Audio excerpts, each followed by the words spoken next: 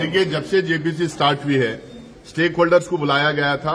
95 to 98% stake holders इस bill को oppose किए। उनको जो भी आए थे, उनको अपने जो सवाल हम लोगों ने पूछा था, उस सवाल का जवाब देने के लिए 10 दिन 15 दिन का टाइम दिया गया था।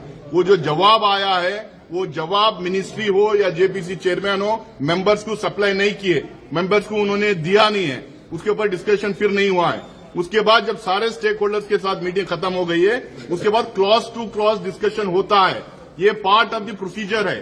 क्लॉज टू क्लॉज डिस्कशन नहीं हुआ है और जितने भी आके डिपोजिशन किए थे उसका मिनिट्स दिया जाता है। वो मिनिट्स हमें दिया नहीं गया है। उसके बाद में मिनिस्ट्री ऑफ माइनॉरिटी अफेयर्स जो हर मीटिंग में प्रेजेंट रहती है, वो पूरे स्टेक होल्डर्स के मीटिंग का एक रिपोर्ट बना के हमें देती है। वो रिपोर्ट दिया नहीं गया है।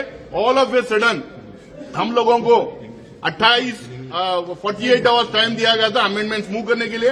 हम लोगों ने अमेंडमेंट्स मूव किए थे। उन अमेंडमेंट्स के ऊपर बिना डिस्कशन, बिना मूव करने दिए टाइम दिए गए, बिना एक्सप्लेनेशन के, एक गिलिजन की तरह जो है सीधा अमेंडमेंट को उन्होंने वोटिंग को पुट अप किया और उन्होंने डिफीट किया। सबसे बड़ी बात यह है कि सारे स्टेक होल्डर्स की मीटिंग होने के बाद क्लॉज टू क्लॉज डिस्कशन होना चाहिए। क्लॉज टू क्लॉज डिस्कशन नहीं हुआ है। डेमोक्रेटिक प्रोसेस को सपोर्ट किया गया है और सारे प्रोसीजर्स इसमें जो इन्वॉल्व थे उसको बाईपास किया गया है। और chairman under the pressure of the government, वो जिस तरह से बिल आया उसमें माइनर चेंजेस करके उसको ही आगे करने का काम कर रहे हैं।